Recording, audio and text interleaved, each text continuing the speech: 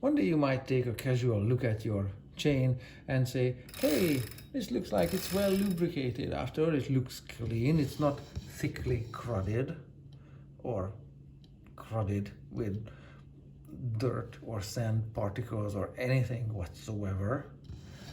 It actually appears to be well lubricated with the lubricant glistening on the chain ring teeth or sprocket teeth, as well as the chain links.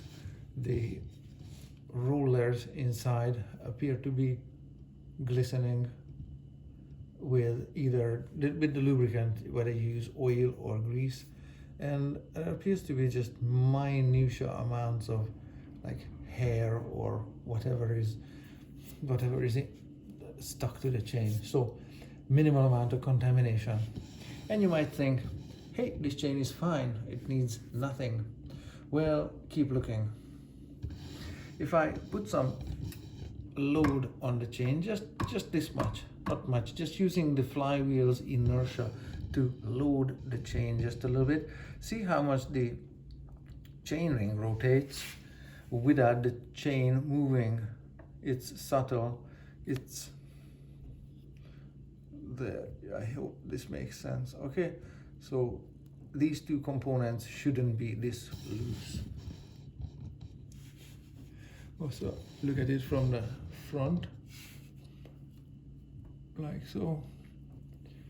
The teeth on the chain ring are moving way too much inside the chain. Okay, so this shouldn't be happening. This is excessive. The chain is way too loose. It's reached its wear limit. See how much it rises away from the there at the bottom, away from the chain ring.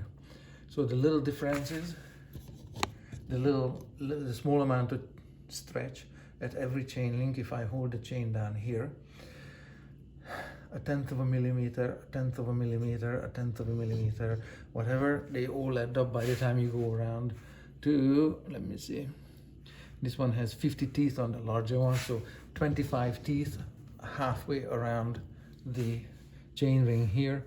The difference adds up to 1/10 of a millimeter at a time. They add up to this much. Spectacularly, the chain is spectacularly longer than the circumference of the chain ring, and so it moves away from it under just minimal amount of load. So what's wrong with a stretched out chain? Well, it will transmit power, no doubt about that, but it doesn't quite fit the circumference of the chain ring. So it's not going to fail, it's not going to break, but it might start skipping teeth, not just yet. And before it does so, it starts to dish out the chain ring gullies